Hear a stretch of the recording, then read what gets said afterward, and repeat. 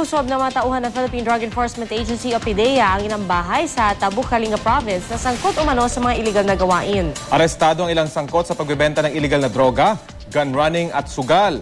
May ulat on the spot si Chino Gaston. Chino?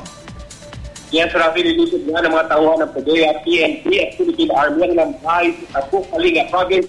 Layong maaresto ng ilang personalidad na sangkot umano sa pagbebenta ng iligal na droga, gun running at gambling sa lalawigan. Arestadong ilang personalidad, kabilang ng ilang sa anak umano ng mga opisyal ng barangay. Kasama sa ginawang raid ang mga tauhan ng GMA News Program na investigador at pumili din sa ating news department kung kaya tayo'y nakasama dito sa operasyon. Isa sa pinakaunang na-aresto, si Red Gunawan Villamor, na numero 1 sa target list ng PDEA sa Kalinga Province dahil umano sa pagbebenta nito ng illegal na droga. Kaya may influensya, armado at maraming koneksyon kumano ang son ni Villamor.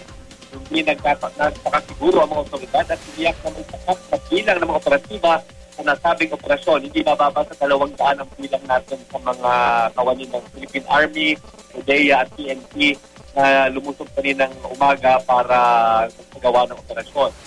Lukuyang proseso pa ng ang mga nahuling suspects na ang bilang sa pinakahuling pala natin ay umabot na sa 6 ang mga suspects na aresto at na rin ang mga ebidensyang nasamsam gaya ng ilang sachet ng shabu, mga di umanay karnap na motorsiklo, mga baril at perang galing umano sa pagbenta ng illegal na droga.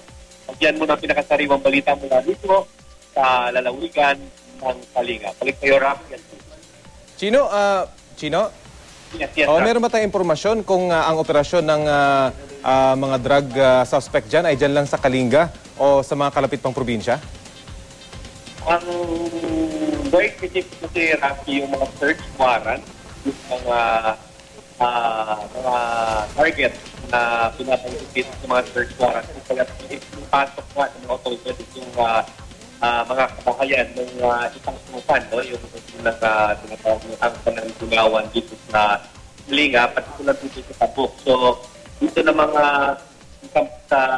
bahay na pinasok dito, very specific yung target nila. Dito lamang sa Tabuk yung concentration, yung power base yung sinasabing pamilya na sinasangkot na yung dito sa mga sinasabing illegal na activities na nabanggit nila po. Okay. Sige, maraming salamat, Chino Gaston.